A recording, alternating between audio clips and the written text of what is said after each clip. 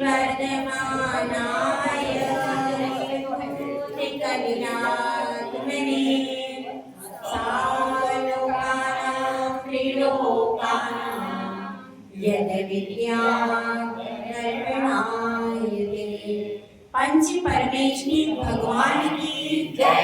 1008 श्री शांतिनाथ भगवान की जय। 1008 श्री कुंतुनाथ भगवान की जय। परम पूज्य आचार्य श्री आदि सागर महाराज की जय। आचार्य श्री महावीर कीर्ति महाराज की जय। आचार्य श्री विमल सागर महाराज की जय। आचार्य श्री तपस्वी सम्राट सन्मति सागर महाराज की जय। आचार्य गुरुवर सुंदर सागर महाराज की जय। अहिंसा में विश्व धर्म की जय। जिनवाणी माता की जय। जब लोग परम पूज्य हरिका शेख सुभाष सुनेमती माता जी की जय।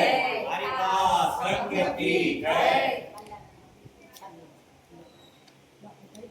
एक तरफ साधु है और एक तरफ गृहस्थ है।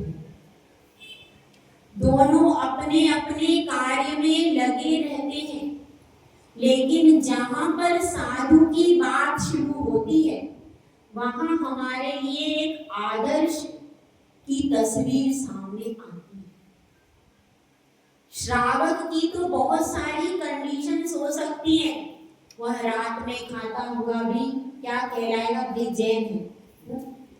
मांस मधु भी कदाचित कहीं कोई खा लेगा तो भी भाई नाम के जैन तो है। तो इस तरह से श्रावक में तो बहुत सारी चीजें चल रही हैं। हालांकि जो अष्टमूल गुण का पालन करता है वास्तव में श्रावक वही है, लेकिन फिर भी जनरल में भी अपन श्रावक बोल देते हैं बहुत सारे लोगों को जो केवल नाम के ही जैन हैं, कभी मंदिर में आकर के दर्शन भी नहीं करते, लेकिन अपन उनको बोलते हैं कि नहीं, अपन उनको बोल देते हैं जैन। लेकिन क्या साधु में ऐसा कोई कंप्रोमाइज होता है क्या? साधु में कोई कंप्रोमाइज नहीं होता। वो तो एक आइडियल पर्सन है, वो एक आदर्श पुरुष है जो हर प्रकार से हमारे लिए कैसे हैं, हमारे लिए आदर्श है, जिनको देख करके हमें अपने विषय और कषाय की प्रवृत्ति को कम करना है, इसलिए वो आदर्श पुरुष है। तो ऐसे ही साधु की बात यहाँ पर अगले श्लोक में चल रही है, क्योंकि जो शिष्य था वह शिष्य गुरु से प्रश्न करता जा रहा है। गुरु ने बताया है कि शास्त्र क्या होता है, आगम किसे कहते हैं। अब उसने कहा आपने कही अगली बात, आप तागम तपो व्रताम। तो वह जो तपो व्रताम शब्द दिया है उसका अर्थ क्या है? तपस्वी तो लोक में बहुत सारे होते, कोई जल में मग्न होकर तपस्या कर रहा है, कोई एक पैर से पर्वत की चोटी पे खड़ा होकर साधना कर रहा है, कोई क्या कर रहा है, कोई शरीर पे भस्म लपेट कर साधना कर रहा है, तो कोई क्या कर रहा है, जटा जूट होकर के जटाओं को बढ़ा करके साधना कर रहा है। ऐसे नाना प्रकार के साधना करने वाले जीव देखे जाते। कोई तो होते हैं मौनी बाबा, जिन्होंने जब से दीक्षा ली है तब से कभी भी किसी से कुछ नहीं बोले। तो ऐसे कई कई प्रकार के तप वाले मिलते हैं और ज्यादातर सब वस्त्र सहित ही है। तो क्या उन तपस्वियों की बात चल रही है? तपोव्रताम आपने कहा, तो तपस्वी तो लोग में बहुत सारे हैं, हर धर्म हर संप्रदाय के लोग कहते हैं हमारे तपस्वी, हमारे गुरु परम तपस्वी हैं, ऐसा सभी कहते देखे जाते हैं कि नहीं? कहते हमारे गुरु बड़ी तपस्या करते, सब जगह ये तपस्या शब्द प्रचलित है। तो अब जब यह तपस्या शब्द प्रचलित है तब आप यहाँ पर तपोव्रत से कौन से गुरु की बात कर रहे हो? यह तो आपने स्पष्ट किया ही नहीं। कौन से गुरु हैं? वो की जल समाधि लेते हैं वो हैं, या फिर जो जटा जूट रहते हैं वे हैं, जो तपस्या करते हैं पर्वत की शिला पर, बैठे हैं वहां पर गंगा में स्नान करके पर्वत की शिला पर जाकर के बैठ गए, और वहां से धूप में बैठे, तो ऐसे हैं, उन पे वस्त्र है कि नहीं है, उनके पास कोई आभूषण है, क्योंकि कुछ तो ऐसे हैं जो सोने के आभूषणों से लगे रहते, वस्त्र नहीं पहनते, ऐसे भी हैं। तो इनमें से कौन से गुरु की बात आपने कही, कौन से तपोव्रत की बात कही? गुरु भी आपने नहीं कहा, आपने तो कहा तपोव्रता। तो शिष्य क्या होता है, शब्दों को पकड़ता है। हम भी शब्दों को पकड़ लेते हैं, पकड़ते ही शब्दों पर ही जीते हैं, शब्दों को ही पकड़ते हैं, जो उसका भावार्थ है, जो कोई अंतरंग की बात है, उसको समझता कौन है? पूरी जिंदगी शब्दों पर ही बीत जाती है, बीतती है कि नहीं? संसारी जीव को अगर किसी ने कुछ गलत शब्द कह दिया हो, दूसरी बार उसके पास जाएगा नहीं हो कभी, भले ही उसने बाद में क्षमा मांग ली हो। तो शब्दों के आधार से हमारी पूरी जिंदगी चलती है। शब्द तो पुद्गल है। क्या है शब्द? शब्द वास्तव में पुद्गल है, ये कौन जानता है? ये सिर्फ जैन साधु आपको सिखाता है कि शब्द पुद्गल है। शब्दों के आधार पर जिंदगी को मत जियो, क्योंकि अगर आप शब्दों के आधार पर जिंदगी को जियोगे तो वास्तव में भटक जाओगे। कहाँ भटक जाओगे? संसार में भटकने के अलावा कुछ नहीं मिलेगा।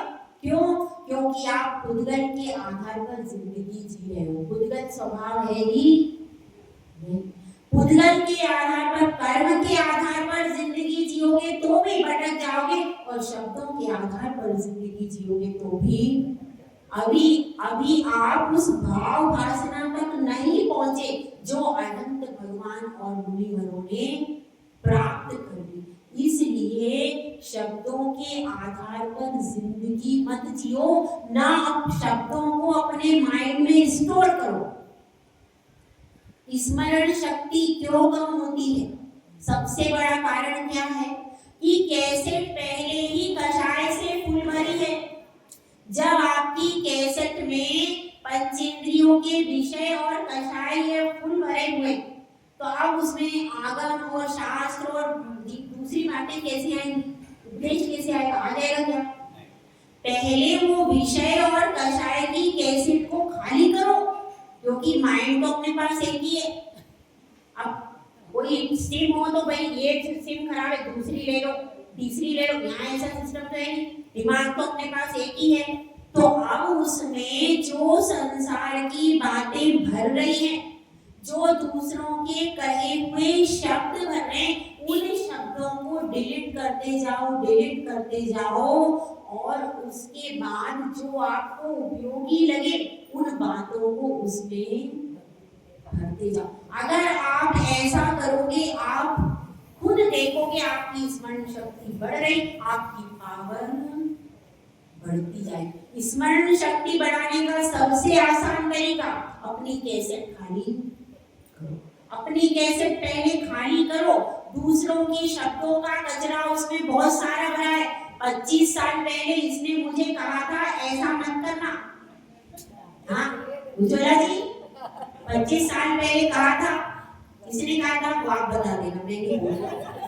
25 साल पहले ये मंदिर के पास में वो रहता है, उसने कहा था, क्या कहा था वो आप जानो, लेकिन अभी तक वो स्टोर है, वो सब। अब वो आदमी चला भी गया दुनिया से, तो भी स्टोरिंग तो स्टोरेज कैपेसिटी फुल है, फिर भी अभी भी उसकी बेटी को बुला के कह सकते हैं कि भाई तुम्हारे पिताजी ने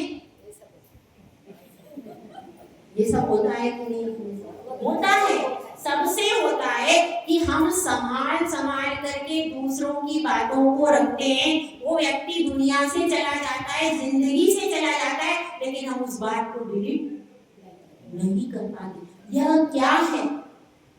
यह उद्गलों के आधार पर, शब्दों के आधार पर हम अपनी जिंदगी के सुख दुख को डिसाइड करते हैं कि हमको जिंदगी का सुख दुख किस पे अवलंबित हो जाता है। उन शब्दों पर हमारा पूरा व्यवहार किस पे रहा, उन शब्दों पर। और उनके पिताजी बोलकर चले गए, अब पूरे खानदान से आपकी हो गई युद्ध। कब तक चलेगी? जब तक आप जिंदा रहोगी तब तक वो चलती रहेगी, वो खत्म तो फिर आपको अनंतानुबंधी का बंद होगा। ये मैं नहीं कह रही, कर्मकांड कह रहा है। अगर वह बैर नहीं टूटेगा तो कौन से का बंद होगा प्रतिभा जी? अनंतानुबंधी और मिथ्या दोनों आकर के आपके ऊपर बैठ जाएंगे। इसलिए शब्दों को डिलीट करना। मोबाइल से आप तुरंत, अरे इसकी मेमोरी फुल हो गई, हैंग हो रहा है, हैंग हो रहा है। अरे आपका दिमाग भी तो हैंग हो रहा है। वो दिमाग हैंग हो रहा है वो किसी को नहीं दिखता, मोबाइल हैंग होना दिख जाता है, लेकिन आपके दिमाग में इतनी सारी फालतू बातें भरी है, उससे आपका दिमाग हैंग हो रहा है, वो नहीं दिखता। दिखता है क्या? तो अपने, और मोबाइल में भाई ये खराब होगा तो दूसरा भी आ जाएगा, दूसरा तीसरा खरीद लेंगे। दिमाग कहाँ से खरीदेंगे? एक 50 साल 60 साल में एक ही दिमाग मिलेगा, दूसरा थोड़ी मिल जाएगा। मिल जाएगा क्या? तो इसीलिए हैंग होने की अपेक्षा क्या अच्छा है? डिलीट करना ज्यादा अच्छा है। जो हम मोबाइल में करते हैं वो दिमाग से भी करते जाएं ताकि अपन फ्री रहे। अगर अपना दिमाग फ्री तो आधे से ज्यादा बीमारियां सिर्फ टेंशन से होती हैं। इस बात को आप सब जानते हो, फिर भी क्या इस बात को अपनाते हो क्या? नहीं। साधु वह होते हैं जो उद्गलों पर ध्यान नहीं देते, उनका लक्ष्य होता है चेतन पर। किस पर लक्ष्य होता है? वे उद्गलों पर ध्यान नहीं देते, चाहे शब्द हो चाहे कर्म हो, वो तो अपने चेतन की प्रभा को निखारने का प्रयास करते हैं। तो अब आचार्य समंतभद्र स्वामी इस श्लोक में बता रहे हैं, वास्तव में जो तपोव्रता उन्होंने कहा है उसका लक्षण क्या होता है। यह बहुत प्रसिद्ध श्लोक है। कैसा है? बहुत प्रसिद्ध श्लोक है। हर जगह जहां पर भी साधु की बात आए और आचार्यों को व्याख्यान करना हो, कभी भी कोई भी आचार्य श्लोक को छोड़ते नहीं है, जरूर बोलते हैं। इतना प्रसिद्ध श्लोक है और आप मेरी भावना में भी पढ़ते हैं। क्या पढ़ते हैं?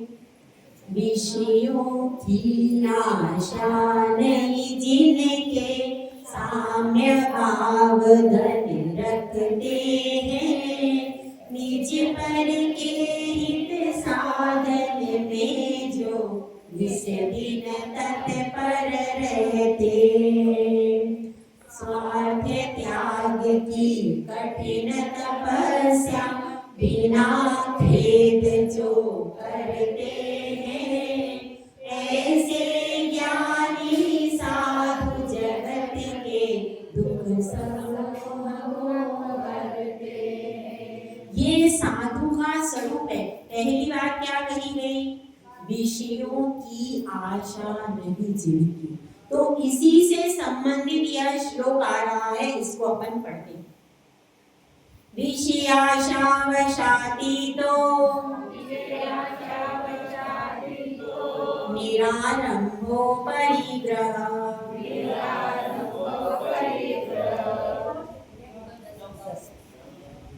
ज्ञान ध्यान तपोरक्तस्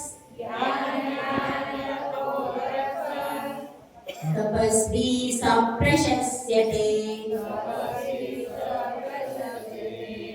पहली बात क्या कही थी हमने? विषयों की आशा नहीं जिनके। इसमें भी वही बात आई है, विषयाशा वशातीतो, जो विषयों की आशा के वश में नहीं होती। आप लोगों को विषयों की आशा है कि नहीं? है कि नहीं प्रतिभा जी? नहीं है? नहीं, विषयों की आशा है पंचेंद्री के विषय भोग मुझे मिले ऐसी आशा है। अभी आशा खत्म नहीं हुई है। जैसे ही घर में पहुंचते हैं तो इच्छा हो जाती है काहे की अब मुझे पानी मिल जाए, मुझे भोजन मिल जाए, और यह साड़ी खराब दिख रही है तो दूसरे अच्छे वस्त्र में पहन लूं। सुगंधित चीज हो तो सुगंधित चीजों के लिए भावना होती है। इस तरह से पंचेंद्री के स्पर्शन, रसना, घ्राण और चक्षु, और इन सब में सबके ऊपर बैठा रहता है मन। तो उन सबके विषयों को भोगने की इच्छा, प्रतिपल आशा तो बनी ही रहती है। कि विषयों की आशा, यहाँ पर इच्छा शब्द क्यों नहीं दिया? हाँ भाई प्रतिभा जी, यहाँ पर आशा लिखी है, इच्छा क्यों नहीं लिखा? आज प्रश्न नहीं पूछा मैंने दोपहर में, शाम को बताओ। यहाँ पर हाँ उज्ज्वला जी बहुत अच्छी स्वाध्याय प्रेमी है। हाँ चलो, छोटा सा प्रश्न, क्या प्रश्न है? यहाँ पर विषयों की आशा लिखा, विषयों की इच्छा क्यों नहीं लिखा? छोटा सा प्रश्न, जवाब दे दो। हाँ, क्यों नहीं लिखा आचार्य श्री ने? बताओ क्यों? आशा तो बढ़ती जाती है, इच्छा कम हो सकती है। देखो, आशा इसलिए लिखा है, आशा का मतलब है कि इन विषयों से मुझे सुख मिलेगा, ऐसी उनको आशा रहती है। तो ऐसी आशा साधुओं को नहीं रहती है। इच्छा तो हो सकती है, इच्छा कभी हो सकती है, लेकिन आशा क्या चीज है? उन विषयों से सुख प्राप्त करने की जो आशा है वो उनको, वो विषयों की आशा के वशीभूत नहीं होते हैं। और क्या बताया? निरारंभो परिग्रह, आरंभ से रहित है। आरंभ किसे कहते हैं? आरंभ किसको कहते हैं? सब वस्तु क्या? श्रावक के द्वारा जो होता है उसको क्या कहते हैं? आरंभ। हाँ, और कोई बताओ, उज्ज्वला जी बताओ। आरंभ ये तो आपके वाला शब्द है, आरंभ किसे कहते हैं? किसी भी काम की शुरुआत करना, उसको क्या कहते हैं? आप बताओ। आरंभ का क्या अर्थ है? शुरुआत करना। नहीं, वो नहीं। कुछ करना, सब वस्तु इकट्ठे करके कुछ करना है तो सामग्री जमा करना, समझ करना है। समारंभ समारंभ आरंभ वाला बता रहे हैं, वो इसमें नहीं है। आरंभ का अर्थ है पहले तो आप जो कार्य कर रहे हो वो आरंभ करना, शुरुआत करना नहीं है। पंच गृहस्थी में रह करके पंच सूना जो आप पाप करते हो, और दुकान पे भी आप जा करके जो उद्योग आदि करते हो, वह सब आरंभ का कारण होगा। तो पंच सूना पाप किसको कहते हैं? बताओ। झाड़ू लगाना एक हो गया, और उठना एक हो गया। हाँ बताओ, एक जना बताओ, महिला बताओ, महिलाओं का काम महिला बताए। बताओ, आपने बताओ, महिलाओं से पूछो। हाँ बताओ भाई, महिलाएं। हाँ चलो आप बताओ, उज्ज्वला बताओ। आप लोग करते हो काम? हाँ, सुबह से उठ के झाड़ू लगाना, पोछा लगाना, फिर पानी छानना, गैस चालू करना, ये खाना बर्तन नहीं, बर्तन उठना, अच्छा उठना, और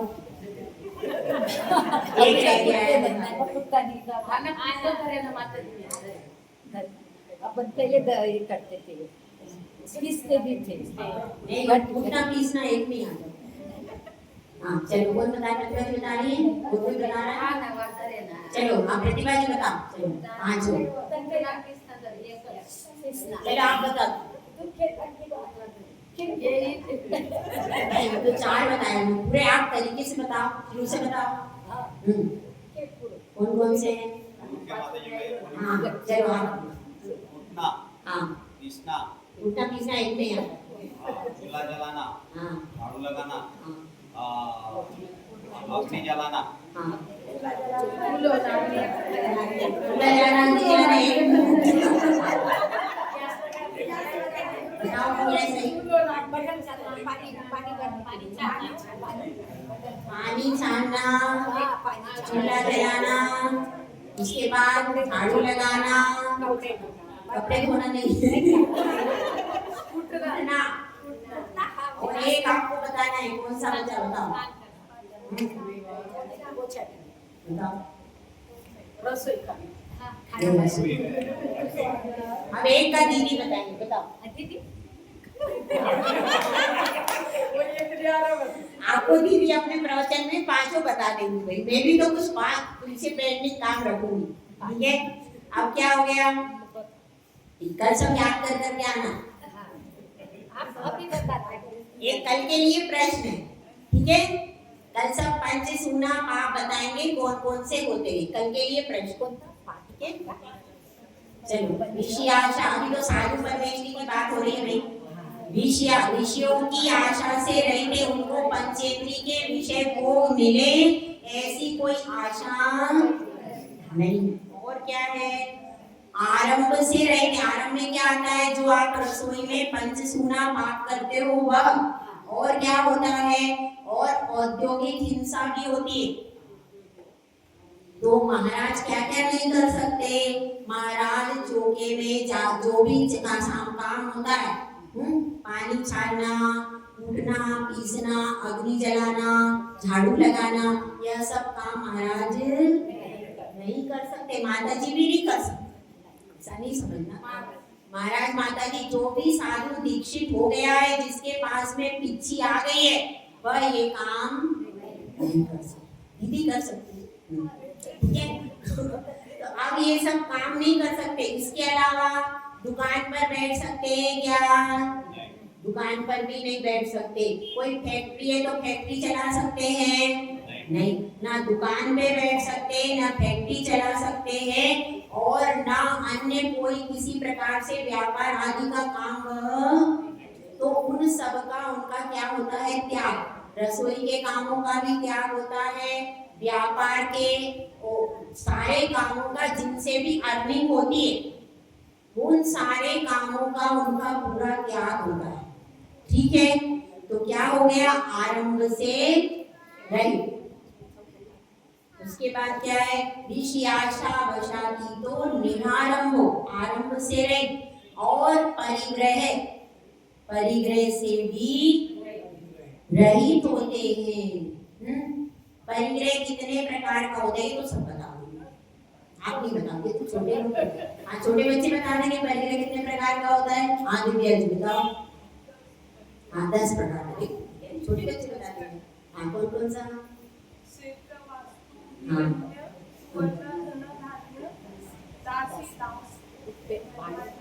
कुप्पे और भान, ठीक है। 10 प्रकार का परिग्रह होता है। इस 10 प्रकार के परिग्रह को साधु रख सकता है, नहीं।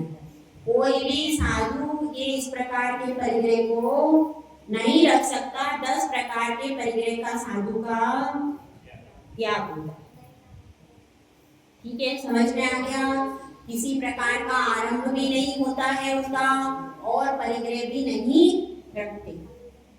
तो उसके बाद क्या है, ज्ञान ध्यान तत्पुरत। अब पहले तो बता दिया नेगेटिव सारा, ये नहीं है, वो नहीं है, वो नहीं है, सारी नेगेटिव बता दिया पहली लाइन में, बताया कि नहीं। विषयों की आशा नहीं है, परिग्रह नहीं है, आरंभ नहीं है। तो अब शिष्य पूछता है तो फिर क्या है। अब आपने बताया ये नहीं है, वो नहीं है, तो समझे कैसे, है क्या उनके पास, कुछ तो होगा। तो बता रहे हैं क्या करते हो, जब वो दुकान नहीं करते, जब वो रसोई नहीं बनाते, जब वो फैक्ट्री में नहीं जाते हैं, जब वो ये सब काम जो सब लोग करते हैं ये नहीं करते, तो करते क्या है ना। जब वो करते क्या है, तो इसका उत्तर यहाँ पर दे रहे हैं कि वो ये इन सब चीजों से रहित होते हैं और इन सब से सहित होते हैं। किन किन से सहित होते हैं, सबसे पहले ज्ञान ध्यान तपो रक्तस। ज्ञान और ध्यान और तप, तीन चीजें साधु के लिए मुख्य है। क्या जरूरी है? सबसे पहले स्वाध्याय बहुत जरूरी है। जिसका स्वाध्याय में चित्त नहीं लगता उसका क्या हो जाएगा? वो घबरा जाएगा कि वो करेगा क्या दिन भर। 24 घंटे उसके पास में है। अगर उसका स्वाध्याय में मन नहीं लगा, उपयोग नहीं लगा, तो फिर 24 घंटे कैसे बिताएगा? उसके पास कोई विकल्प नहीं। श्रावक के पास तो घर के बहुत सारे काम है, उसमें कोई बात नहीं, लेकिन साधु के पास एक चीज ऐसी है जिससे वह फ्रेश हो सकता है, उसका माइंड एकदम फ्रेश हो सकता है। वो चीज क्या है? ज्ञान। सबसे पहले तो ज्ञान, क्योंकि यहाँ पर पंचम काल है, ध्यान में स्थिरता नहीं हो पाती भैया। ध्यान की स्थिरता बहुत मुश्किल से होती है, हर व्यक्ति ध्यान नहीं कर पाता और ध्यान के लिए एकांत चाहिए। वह स्थिति हर व्यक्ति की नहीं बनती और फिर शरीर भी स्वस्थ चाहिए। तब आप ऐसे कैसे बैठो, घंटों सहन करो, कभी मच्छर आए, ध्यान कठिन है। फिर भी साधु अपने हिसाब से कोशिश करते। तो ज्ञान के लिए, शास्त्र को पढ़ने के लिए कोई भी बहुत ज्यादा परिश्रम की आवश्यकता नहीं। तो इसलिए यदि जिस साधु को माइंड, आप लोग फ्रेश किससे होते हो? टीवी देख लेते हो, हैं? नहीं तो अब तो टीवी बंद ही हो गई, मोबाइल देख लिया, हमें क्या है, हम माइंड फ्रेश। साधु किससे माइंड फ्रेश करेंगे? उनके लिए माइंड फ्रेश करने का साधन है स्वाध्याय। वह स्वाध्याय करते हैं, उससे उनका माइंड एकदम फ्रेश हो जाता है। तो इसीलिए, और उसमें भी लिखा हुआ है, इसमें आचार्य कुंद स्वामी ने रहनसार में लिखा, झाणत छैणम मुखम न सावया तेड़ बिना। अगर कोई झाणत छैणम मुखम न साधु तेड़ बिना, सावया नहीं, न साधु तेड़ बिना। साधु के दो मुख्य कर्तव्य हैं, कौन कौन से? ध्यान और अध्ययन। यदि वह ध्यान और अध्ययन दो को पकड़ लेता है और दो में लगा रहता है तो उसको कभी कोई परेशानी नहीं आएगी, खुश है, फ्रेश है, कभी उसको दिक्कत नहीं आएगी। इसलिए क्या बताया? ध्यान और अध्ययन में लगे रहो। यहाँ पर भी बताया है, पहली चीज क्या है? ज्ञान। आजकल के जो साधु हैं, जो पंचम काल के साधु हैं, वे ज्यादातर स्वाध्याय ही करते हैं, क्योंकि स्वाध्याय समूह में होता है तो संघ को लेकर के भी बैठ सकते हैं। और दूसरी चीज क्या है? ध्यान करने की सबकी कैपेसिटी नहीं होती, इसलिए ज्ञान में ही आप चिंतन करते करते ध्यान तक पहुंच सकते। ध्यान कब होता है? जब ज्ञान पूरा हो जाए, जब आपको पूरी गाथा अच्छे से याद हो गई। अब उस गाथा के एक शब्द पे आप आधे घंटे तक चिंतन करते हो। अब जब आपको गाथा का शब्द ही याद नहीं है तो कैसे करोगे? ध्यान कब होता है? जब आपको कुछ याद है। यदि आपको कुछ याद है तो आप उस पर चिंतन कर सकते हो। और आपको कार्य प्रकृतियां याद है तो आप चिंतन करते हो कि नहीं प्रतिभा जी? अब आपको याद ही नहीं हो उसको कैसे करोगे? है तो पहले ज्ञान होता है, उसके बाद ध्यान हो सकता है। नहीं तो अगर आपके पास मैटर ही नहीं है तो आप क्या करोगे? वो मीरा क्या कर रही है ये करो। लेकिन अब जब आपको याद हो गया कि भाई इतनी प्रकृति होती है, 68 ऐसे होती है, ये सर्वघाती इतनी, तो बार बार दिमाग उसमें जाएगा तो ये क्या हो रहा है? यह आपका धर्म ध्यान हो रहा है, क्योंकि सब कुछ आचार्यों ने जैसा लिखा है उसको वैसा का वैसा अपन चिंतन कर रहे हैं। तो ध्यान कब होगा?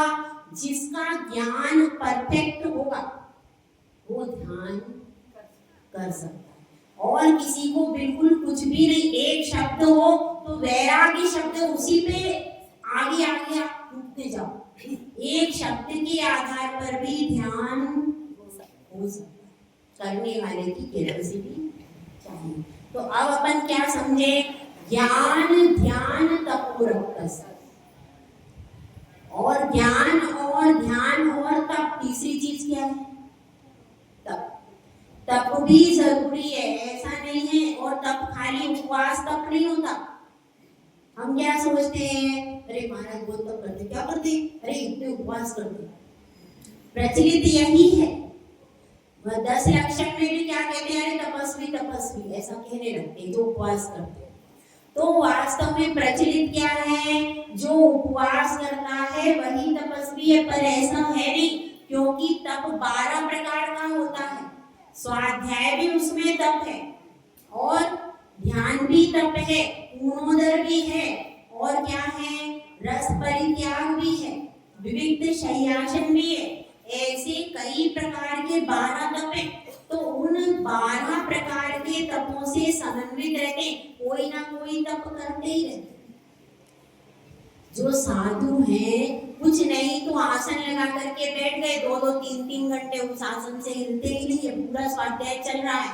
हमारे गुरुदेव ऐसा कई बार करते हैं, सुबह सामायिक के बाद में बैठे, वो आसन से बैठे रहते घंटों, 5-5 बजे तक आसन भी नहीं लाते, ऐसा साधु करते। वो आसन का मतलब एक तो उनका विविध वो तो चल ही रहा है आसन का, तो ऐसे कई बार बैठे रहते, अब मोल ले लिया, इस तरह से कई प्रकार से साधना साधु, कोई ना कोई तप उनका चलता ही, कुछ नहीं तो आहार करके आए तो ऊर्ध्वोदर कर लिया, ऊर्ध्वोदर तो ज्यादातर साधुओं का होता ही है, तो ऊर्ध्वोदर कर लिया, ये तो होता ही रहता है। और रस परित्याग भी करते हैं, कोई ना कोई रोज का एकाध रस छोड़ते हैं, तो वह भी उनका चलता रहता है। और स्वाध्याय तो बराबर चालू ही है, स्वाध्याय तो कभी संपन्न होता ही नहीं है। गुरुदेव जो है अभीष्ट ज्ञानोपयोगी हैं, जो आचार्य श्री हैं हमारे गुरुदेव अभीष्ट ज्ञानोपयोगी हैं। वो तो जब सामायिक के बाद बैठ जाते हैं, 2 बजे से जो स्वाध्याय चालू हुआ, तो फिर वह 4:45 साढ़े 4 तक बिल्कुल कंटिन्यू चलता रहता है। तो इस तरह से फिर वो शाम को भी रात को भी जैसे भी उनको हो जाती है व्यवस्था, तो रात को भी अपना चिंतन आदि करते रहते हैं, या फिर कोई श्रावक व्यवस्था कर देता है तो उसमें भी अपना पढ़ते रहते हैं। पूरे टाइम उनका उपयोग काय में लगा रहता है, ज्ञान। और हमको भी उनसे ही सीखा है हमने तो सब कुछ। वो कहते हैं आप स्वाध्याय में लगे रहो, बस कुछ नहीं आपसे होता है, कोई बात नहीं है, लेकिन जो भी हो, और जो कम जिनकी बुद्धि अल्प है वो क्या करें, वो प्रथमानुयोग पढ़े, जो सरल शास्त्र है उसको पढ़े, लेकिन कभी भी शास्त्र से रहित मत रहो। हर समय शास्त्र से थोड़ा सा हटते हैं तो जाप कर लो, कुछ ना कुछ उपयोग अपना प्रतिपल अगर लगा रहता है तो अपन परेशानियों से बचे। तो अब यहाँ पर बता रहे हैं ज्ञान ध्यान तपोरक्तस, ज्ञान ध्यान और तप में जो लगे रहते हैं, ऐसे तपस्वी जो हैं उनकी क्या की जाती है, वे प्रशंसनीय, वे प्रशंसा के योग्य हैं, ऐसा यहाँ पर बताया गया। समझ रहे एक बार, जिनको विषयों की कोई आशा नहीं है और आरंभ और परिग्रह से रहित हैं, ज्ञान ध्यान और तप में लीन हैं, ऐसे तपस्वी क्या होते हैं, प्रशंसा करने योग्य। तो जय बोलो आचार्य सुंदर सागर महाराज की।